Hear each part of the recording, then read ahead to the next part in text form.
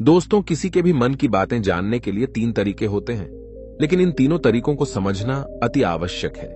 यदि आप इन तीनों तरीकों को समझ लेते हैं, तो आप किसी के भी मन की बातें बड़ी ही आसानी से जान सकते हैं, समझ सकते हैं। तो चलिए इसे एक बुद्ध कहानी के माध्यम से समझते हैं कि किस तरह से आप दूसरों की मन की बातें जान सकते हैं, समझ सकते हैं। बहुत समय पहले की बात है। एक छोटा सा गांव था। उस गांव में दो भाई रहा करते थे। बड़ा भाई अंधा था, जिस कारण वो हमेशा घर पर ही बैठा रहता था, और छोटा भाई खेती किया करता था। लेकिन खेतों में अधिक जानवर आने से पूरी फसलें नष्ट हो जाती थी, जिस कारण छोटा भाई बहुत परेशान हो चुका था। तभी उसे एक तरकीब सूझी। एक दिन उसने सोचा, खेतों में से इन जानवर को भगाने के लिए क्यों ना मैं अपने बड़े भाई की मदद लूं। वैसे भी बड़े भैया अंधे हैं। अगर वह खेत में बैठे रहेंगे और जानवरों की आहट आने पर वो उन्हें जोर से चिल्लाकर भगा सकते हैं, जिससे हमारी फसलें बच सकती हैं। इसलिए उन्हें मैं खेत में बिठा देता हूं। ये सब सोच विचार करने के बाद उसने अपने खेत में ही एक छोटी सी झोपड़ी तैयार की और अपने अंधे भाई को उस खेत में बिठा दिया और उनसे कहा, भैया, यदि कोई जानवर की आहट आपको सुनाई दे तो आप जोर जोर से चिल्लाना। ये सुनकर वो जानवर यहां से भाग जाएंगे और हमारी फसलें नष्ट होने से बच जाएगी। बड़ा भाई अपने छोटे भाई की बात मान लेता है और वो उस दिन से खेत में ही रहना शुरू कर देता है। जब भी किसी जानवर की आहट उसे सुनाई देती तो वो तुरंत जोर जोर से चिल्लाना शुरू कर देता, जिससे वो जानवर उसके खेतों से भाग जाते। ऐसा करते करते कई दिन बीत चुके थे। तभी एक दिन उसके खेत में एक हिरण भागता हुआ आता है और वह खेत के बांध को तोड़कर वहां से भाग गया। लेकिन उसी हिरण का पीछा करते हुए एक राजा भी उस खेत में आ पहुंचा। तभी राजा की नजर उस अंधे भाई पर पड़ती है। राजा उस व्यक्ति से कहता है, देखो, मैं यहां पर एक जानवर का पीछा करते हुए आया हूं। क्या तुमने उस जानवर को यहां पर देखा है? इस पर वो व्यक्ति कहता है, हे राजन, मैं तो अंधा हूं, मैं भला किसी जानवर को कैसे देख सकता हूं। लेकिन मैं आपको इतना जरूर बता सकता हूं कि जो जानवर मेरे खेतों से होकर भागा है वो आपके लायक नहीं है। आप उसके पीछे अपना समय यूं ही व्यस्त कर रहे हैं। राजा उस अंधे व्यक्ति की बात सुनकर बड़ा अचरज में पड़ गया। वो ये सोचने लगा कि आखिर ये तो अंधा है, फिर इसे कैसे पता कि जिस हिरन को मैं तलाश रहा हूं वह हिरन मेरे लायक है ही नहीं। ये अंधा व्यक्ति मुझे कैसे बता सकता है? तभी राजा उस अंधे व्यक्ति से कहता है, कहीं तुम मुझसे झूठ तो नहीं कह रहे? एक तरफ तुम ये कहते हो कि तुम अंधे हो और दूसरी तरफ तुम ये भी कह रहे हो कि जो जानवर यहां से भागा है वो मेरे लायक नहीं है। इस पर वो अंधा व्यक्ति कहता है, हे राजन, जिसे आप एक हिरण समझ रहे हैं, असल में वो एक हिरण नहीं है, बल्कि एक हिरणी है, और वो भी गर्भवती है। और जहां तक मुझे ज्ञान है, मैंने कभी किसी राजा को किसी गर्भवती हिरणी का शिकार करते हुए नहीं सुना है। और इसी कारण मैं आपसे ये कह रहा हूं कि वो हिरणी आपके लायक नहीं है। आप उसके पीछे अपना समय व्यर्थ ना करें। यह सुनकर राजा और भी अचरज में पड़ गया। वो ये सोचने लगा कि आखिर ये अंधा आदमी ये कैसे जान सकता है कि वो हिरणी है और गर्भवती है। राजा कुछ देर सोच विचार करने के बाद अपने सेनापति से कहता है, सेनापति जी, मुझे वो जानवर जिंदा चाहिए, क्योंकि मुझे यह पता करना है क्या वह हिरणी है और क्या वह गर्भवती है। क्योंकि यह अंधा आदमी बहुत विश्वास के साथ कह रहा है और मुझे इस बात की पुष्टि करनी है। यदि वह हिरणी हुई और गर्भवती हुई तो वह हमारे शिकार के लायक नहीं है, क्योंकि हम तो एक हिरण का पीछा कर रहे थे। इसलिए जाओ और पता करो कि क्या वो हिरणी है। सेनापति राजा से आज्ञा लेकर आगे की ओर बढ़ चलता है और कुछ देर बाद जब वह वापस लौट कर आता है तो वह राजा को कहता है, हे राजन, इस अंधे आदमी ने जो भी बातें कही हैं वो बिल्कुल सही हैं।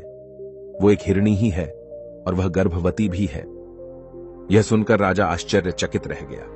उसे समझ नहीं आ रहा था कि आखिर अंधा आदमी कैसे पता कर सकता है कि वह जानवर एक हिरणी है, और तो और वह गर्भवती है। भला एक अंधा आदमी यह कैसे देख सकता है, यह कैसे जान सकता है? आखिर इसे यह कैसे पता चला? ऐसे कई सारे प्रश्न अब राजा के मन में उमड़ने लगे। अब राजा ने यह ठान लिया था कि मुझे इस बात की तह तक पहुंचना ही है कि आखिर यह अंधा आदमी कैसे जानता है कि वह जानवर एक हिरणी है। यह सोचकर राजा उस अंधे आदमी के पास जाता है और उस अंधे आदमी से कहता है, देखो, मैं ये तो नहीं जानता कि तुम सचमुच अंधे हो या नहीं, लेकिन मैं तुमसे एक बात जानने आया हूं। क्या तुम मेरे प्रश्न का सही सही जवाब दोगे? इस पर अंधा व्यक्ति कहता है, हे राजन, आप जो कुछ पूछना चाहते हैं मुझसे पूछ सकते हैं, मैं आपको बिल्कुल सच सच जवाब दूंगा। इस पर राजा कहता है, देखो, एक तो तुम कहते हो कि तुम अंधे हो और दूसरी तरफ तुमने यह बता दिया कि जिस जानवर का पीछा मैं कर रहा हूं वह एक हिरणी है, और तो और वह गर्भवती भी है। आखिर तुम्हें यह कैसे पता चला? तुम्हारे खेत में और भी तो जानवर आते होंगे, और भी तो जानवर यहां से गुजरते होंगे, फिर तुमने यह कैसे अंदाजा लगाया? तभी वह अंधा व्यक्ति राजा से कहता है, हे राजन, आप जिस हिरणी का पीछा कर रहे थे वही हिरणी जब मेरे खेत में आई, उसकी रफ्तार और उसके भागने की आहट से मुझे यह एहसास हो चुका था कि यह एक हिरणी है, और मेरे खेत की जो बांध है वह बहुत छोटी है, उसकी ऊंचाई ज्यादा नहीं है। यदि कोई हिरण होता तो उस बांध को बड़ी आसानी से लांघ जाता, लेकिन वह हिरणी इस बांध को तोड़कर भागी है, और यदि वह इस बांध को छलांग लगाकर पार करने का प्रयास करती तो इससे उसके बच्चे को खतरा होता, और इसी बात से मैंने यह पता लगा लिया कि वह गर्भवती है। इस कारण वह ज्यादा ऊंची छलांग न लगाकर मेरे खेत की बांध को तोड़ते हुए भाग गई। इस पर राजा के मन में एक और प्रश्न उठा। राजा ने कहा, किंतु तुम्हें कैसे पता चला कि वो एक हिरणी ही है, और भी तो कोई जानवर यहां पर आ सकते हैं? इस पर वो अंधा व्यक्ति कहता है, हे राजन, मैं पूरा दिन सुबह शाम यहीं पर बैठा रहता हूं, और मेरी सुनने की शक्ति बहुत तेज है। मैं ये बाफ जाता हूं कि कौन सा जानवर मेरे खेत में आया है, और उसी के आधार पर मैं जोर जोर से चिल्लाता हूं ताकि वो मेरे खेत से भाग जाए और मेरे खेत की फसलों को नष्ट न कर पाए। राजा उस अंधे आदमी का यह जवाब सुनकर पूरी तरह से संतुष्ट हो चुका था। वो मन ही मन ये सोच रहा था कि आदमी भले ही अंधा हो, लेकिन ये तो बड़ा ज्ञानी मालूम पड़ता है। इस आदमी से कुछ ना कुछ तो काम निकलवाना ही चाहिए। ये विचार लिए हुए राजा वहां से वापस अपने महल की ओर लौट जाता है। राजमहल पहुंचते ही राजा उस अंधे व्यक्ति से कहता है, आप तो बड़े ज्ञानी व्यक्ति है, आपको किसी भी बात का पता बड़ी आसानी से चल जाता है। आज मैंने आपको यहां पर इसलिए बुलाया है क्योंकि मैं आपसे ये जानना चाहता हूं कि मेरी पत्नी पतिव्रता है या नहीं। इस पर वो अंधा व्यक्ति कहता है, हे राजन, ये कैसा प्रश्न हुआ? इस पर राजा कहता है, मैंने आपसे बिल्कुल उचित प्रश्न किया है, मुझे इस प्रश्न का उत्तर दीजिए। इस पर वो अंधा व्यक्ति कहता है, हे राजन, ये सारी बातें जाने दीजिए। आपकी शादी को इतने साल बीत चुके हैं, और अब आप ये बात क्यों जानना चाहते हैं? आपके मन में ऐसे प्रश्न क्यों उठ रहे हैं? इस पर राजा जिद करते हुए कहता है, देखिए, आपको मुझे इस प्रश्न का उत्तर तो देना ही होगा। यदि आप मुझे इस प्रश्न का उत्तर नहीं देंगे तो मैं आपको मृत्युदंड दे दूंगा। राजा के मुख से यह बात सुनकर वो अंधा व्यक्ति कहता है, हे राजन, यदि आप इस प्रश्न का उत्तर चाहते हैं तो उसके लिए आपको मेरा एक काम करना होगा। राजा कहता है, बोलो, मुझे क्या काम करना होगा? इस पर व्यक्ति कहता है, इसके लिए आपकी पत्नी को मेरे साथ कमरे में अकेले छोड़ना होगा। उस अंधे व्यक्ति की यह बात सुनकर राजा पहले तो क्रोधित हो जाता है, लेकिन फिर कुछ सोच विचार करने के बाद वह उस व्यक्ति की बात मान लेता है और अपने सेनापति को आदेश देता है, सेनापति जी, इस व्यक्ति को और मेरी पत्नी को एक कमरे में कुछ देर के लिए अकेला छोड़ दे। सेनापति बिल्कुल वैसा ही करता है। अब राजा की पत्नी और अंधा आदमी एक कमरे में बंद हो चुके होते हैं। तभी वो अंधा आदमी राजा की पत्नी से कहता है, मुझे आपको छूना है। इस बात पर रानी अत्यधिक क्रोधित हो जाती है और उस अंधे आदमी को वो पकड़ पकड़ कर पीटने लगती है, कभी हाथों से तो कभी लातों से तो कभी पटक पटक कर। इस तरह से उन्होंने उस अंधे आदमी की खूब पिटाई की। उसके बाद किसी तरह से वह अंधा आदमी अपनी जान बचाकर वहां से भाग निकलता है और वह राजा के पास पहुंचता है और वह राजा से कहता है, हे राजन, आपकी पत्नी पतिव्रता नहीं है। यह बात सुनकर राजा अत्यधिक क्रोधित हो उठता है और राजा अपनी तलवार निकालकर सीधा अपनी पत्नी की ओर जाता है और क्रोधित होकर वह अपनी रानी से कहता है, रानी जी, आज मैं जो भी सवाल आपसे करने वाला हूं उसका मुझे सच सच जवाब दीजिएगा, और यदि आपने एक शब्द भी झूठ कहा तो मैं आपका अभी के अभी सर धड़ से अलग कर दूंगा। तभी आगे वह राजा कहता है, मुझे बताइए, क्या आप पतिव्रता हैं या नहीं? इस पर रानी कहती है, हे राजन, आप भले ही मुझे जान से मरवा दीजिए, लेकिन मैं पतिव्रता नहीं हूं। राजा यह बात सुनकर बहुत खुश हुआ, क्योंकि उस अंधे आदमी ने जो भी कहा था वह बिल्कुल सच था। यह बात सुनकर तुरंत ही राजा उस आदमी के पास पहुंचता है और आकर उस अंधे आदमी से कहता है, तुम्हें कैसे पता चला कि मेरी पत्नी पतिव्रता नहीं है? इस पर वह अंधा आदमी कहता है, हे राजन, बड़ी सीधी सी बात है। मैंने तो आपकी पत्नी से बस इतना ही कहा था कि मुझे आपको छूना है, और इस बात पर वह इतना क्रोधित हो उठी कि उन्होंने गुस्से में आकर मुझे लात घूंसों से पीटना शुरू कर दिया। और भला कोई औरत किसी और मर्द को कैसे छू सकती है? लेकिन उन्होंने न आव देखा न ताव, बस लात घूंसे मुझ पर बरसाने शुरू कर दिए। वह भी तो एक छूना ही हुआ, और एक पतिव्रता नारी कभी भी पराये मर्द को नहीं छूती। जब मैंने उसे छूने के लिए कहा था तो वह उस वक्त मुझे मना कर सकती थी, लेकिन उन्होंने तो मुझे पीटना शुरू कर दिया और देखते ही देखते उन्होंने मेरे पूरे शरीर को छू लिया। अब आप ही बताइए, ऐसी स्त्री भला पतिव्रता कैसे हो सकती है? इस पर राजा कहता है, तुम तो बड़े ज्ञानी मालूम पड़ते हो। अच्छा ठीक है, चलो तुम मेरे एक प्रश्न का और जवाब दो। यदि तुमने मुझे इस प्रश्न का सही सही जवाब दे दिया तो मैं तुम्हें यहां से जाने दूंगा। आगे राजा उस अंधे आदमी से कहता है कि तुम मुझे यह बताओ, क्या मैं सच में अपने पिताजी का ही बेटा हूं या फिर किसी और का? इस पर वह अंधा भी कहता है, हे राजन, इस बात से आपका क्या लेना देना? आप किसी की भी औलाद हो, आखिर आप हैं तो इस राज्य के राजा, इसलिए इस प्रश्न को जाने दीजिए। लेकिन राजा कहता है, नहीं नहीं, मुझे इस प्रश्न का सही सही जवाब चाहिए, अन्यथा यह प्रश्न मुझे हमेशा परेशान करता रहेगा। इसलिए मैं इसका सही सही जवाब जानना चाहता हूं। यदि तुम इसका सही सही जवाब दे देते हो तो तुम यहां से जा सकते हो, मैं तुम्हें नहीं रोकूंगा। इस पर वह अंधा आदमी कहता है, हे राजन, इसके लिए तो मुझे आपके मां के पास भी जाने की कोई आवश्यकता नहीं है। मैं आपको अभी अभी यह बता सकता हूं कि आप किसकी औलाद हैं, लेकिन उससे पहले मैं चाहता हूं कि आप मुझसे एक वादा करें कि आप मुझ पर क्रोध नहीं करेंगे। राजन ने कहा, मैं तुमसे वादा करता हूं, मैं तुम पर क्रोध नहीं करूंगा। इसके बाद वह अंधा आदमी राजा से कहता है, हे राजन, आप है तो अपने ही पिता के पुत्र, लेकिन आप पर एक कंजूस सेठ की छाया पड़ी हुई है। यह सुन राजा बहुत क्रोधित हो उठा और वह तुरंत तलवार निकालकर अपनी मां के पास जा पहुंचा। वह वहां पर पहुंचने के बाद अपनी मां से कहता है, मां, मुझे सच सच बताइए, क्या मैं अपने ही पिता का पुत्र हूं या नहीं? यदि आपने मुझे सही सही नहीं बताया तो वह यहीं पर अपने प्राण त्याग दूंगा। मुझे बताओ, क्या सच है? इस पर उस राजा की मां कहती है, बेटा, तू है तो अपने ही पिता का पुत्र, लेकिन तुम्हारे ऊपर एक कंजूस सेठ की छाया पड़ी हुई है। जब मैं एक बार नहाने के बाद अपना मुंह आईने में देख रही थी, तभी उस कांच के पीछे मुझे एक कंजूस सेठ नजर आता है और उसी की छाया तुम पर पड़ चुकी है। यह सुन राजा बहुत खुश हो जाता है और वह तुरंत दौड़ा दौड़ा वापस उस अंधे आदमी के पास पहुंचता है और उस अंधे आदमी से कहता है, तुम्हें यह कैसे पता चला कि मुझ पर एक कंजूस सेठ की छाया पड़ी हुई है? इस पर वह आदमी कहता है, हे राजन, आपने मुझसे कई सारे सवाल पूछे जिनका जवाब मैंने आपको सही सही दिया है। यदि कोई और राजा होता तो मुझे इसके बदले में ढेरों सारे इनाम मिल चुके होते, लेकिन अब तक आपने एक फूटी कौड़ी तक नहीं दी है। इस बात से ही मैंने अंदाजा लगा लिया था कि आप बहुत कंजूस हो। यह बात सुनकर राजा जोर जोर से हंसने लगा और कहता है कि आप जो भी मांगेंगे वह मैं आपको अवश्य दूंगा, लेकिन मुझे यह बताओ कि तुम्हें कैसे पता चल जाता है कि कौन सी बात सही है और कौन सी गलत? तुम किसी भी बात का इतना सटीक और सही जवाब कैसे दे पाते हो? इस पर वह अंधा आदमी कहता है, हे राजन, मैं तो वैसे ही अंधा हूं। यदि मेरी आंखें होती तो मैं किसी की भी मन की बातें बड़ी सरलता से जान लेता। मन की एक भाषा होती है और यह भाषा मनुष्य के शरीर के व्यवहार के रूप में देखी जा सकती है। उसकी आंखों से, उसके होठों से, उसके काम करने के तरीके से, उसकी क्रियाओं से पता किया जा सकता है कि उसके मन में क्या चल रहा है। उसके आधार पर हम किसी के भी मन की बातें जान सकते हैं। लेकिन मैं तो अंधा हूं, मैं देख नहीं सकता, इसलिए मैं क्रियाओं से देखता हूं।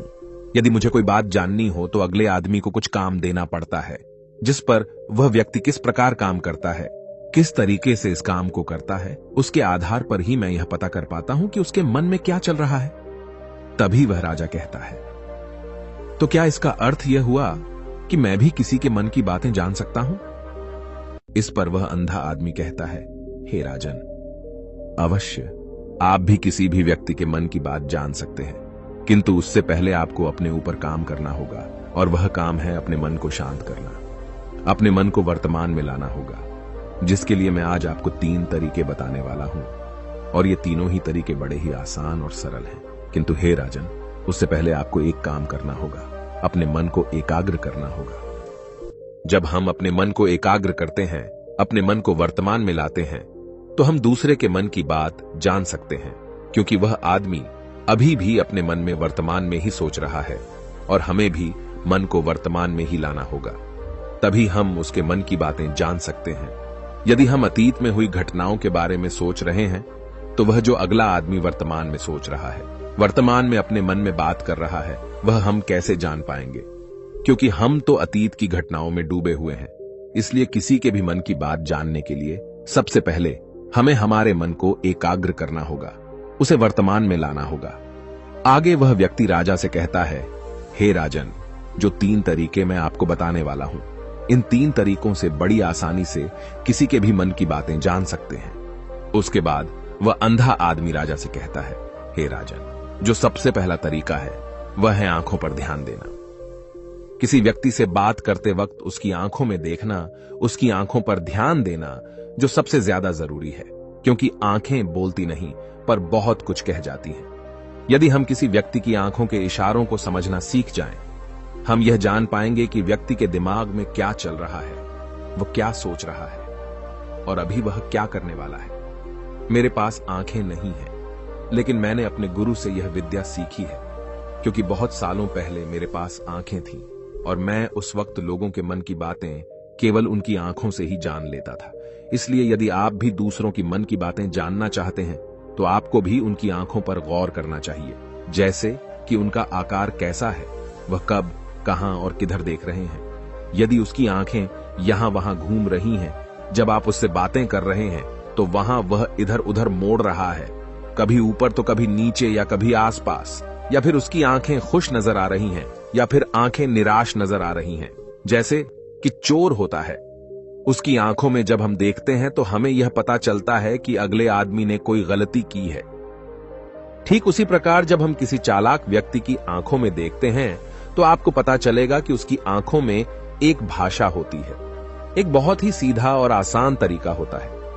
यदि आपको यह पता लगाना है कि सामने वाला व्यक्ति आपसे झूठ कह रहा है या फिर सही, तो आपको उसकी आंखों पर ध्यान देना अति आवश्यक है। यदि आपसे बात करते वक्त वह व्यक्ति अपनी आंखें यहां वहां घुमा रहा है, ऊपर नीचे, इधर उधर, दाएं बाएं, हर जगह देख रहा है, तो इसका अर्थ यह हुआ कि वह उस बात से निकलने का कोई रास्ता ढूंढ रहा है, वह कोई झूठ बना रहा है। यदि सामने वाला व्यक्ति आपसे कुछ झूठ कहने का प्रयास कर रहा है, तो वह आपसे नजर नहीं मिलाएगा। वह यहां वहां देखेगा, ऊपर नीचे देखेगा, लेकिन वह आपकी आंखों में आंखें डालकर कभी नहीं देख पाएगा, क्योंकि उसे डर है कि यदि उसने आपकी आंखों में आंखें डालकर देखी तो उसका झूठ पकड़ा जाएगा और लोगों को सच्चाई का पता चल जाएगा। और इसी प्रकार कुछ और भी भाषाएं होती हैं। जब आप किसी की आंखों में आंखें डालकर यह देखना शुरू कर देंगे कि उसके हाव भाव क्या है, ठीक उसी प्रकार चेहरे के हाव भाव होते हैं, जिससे हम मन की बातें बड़ी आसानी से समझ सकते हैं और इन्हें भी समझना बहुत जरूरी है। कभी कभी कोई व्यक्ति अपने चेहरे से जैसे आंख, होंठ और बहुत से कुछ अलग अलग व्यवहार करता है।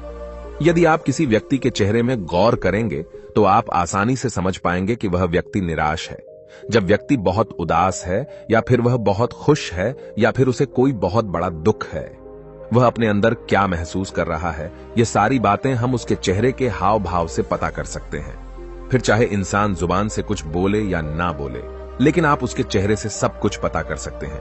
आगे व्यक्ति राजा से तीसरा तरीका बताते हुए कहता है, हे राजन, इसी प्रकार तीसरी भाषा भी है, अर्थात तीसरा तरीका भी है, और वह है हाथों के इशारे और शरीर का व्यवहार। मन की बात समझने के लिए हमें हाथ के इशारे और शरीर के व्यवहार को समझना बहुत आवश्यक है। कोई व्यक्ति जब बात करता है, तो आपने देखा होगा कि वो अपने हाथों को हिलाता रहता है, अपने हाथों से इशारा करता रहता है।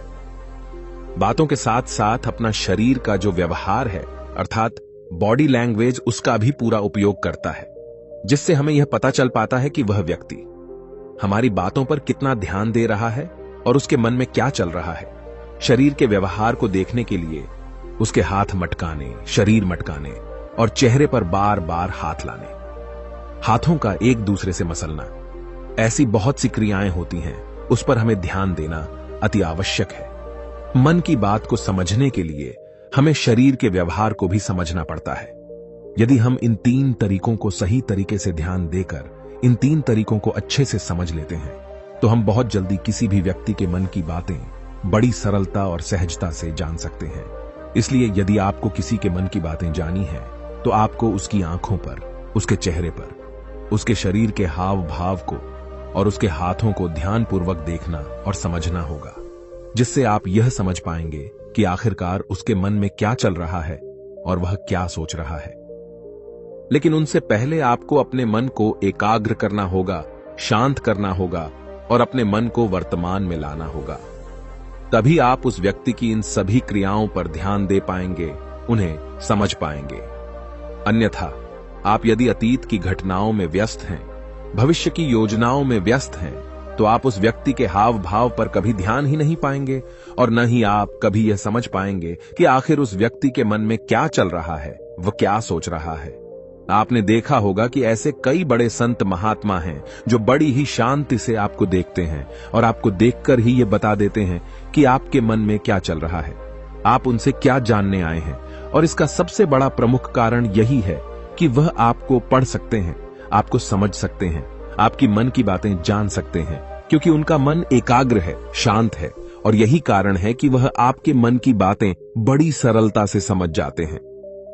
यदि आपने अब तक पूरी कहानी को सुना है तो मैं आपसे एक छोटा सा अनुरोध करना चाहता हूं। कृपया इस चैनल को सब्सक्राइब करें ताकि मैं आपके लिए और भी ऐसी ही ज्ञान से भरपूर कहानियां लेकर आ सकूं। नमो बुद्धाय। मिलते हैं एक नई कहानी के साथ अगली वीडियो में।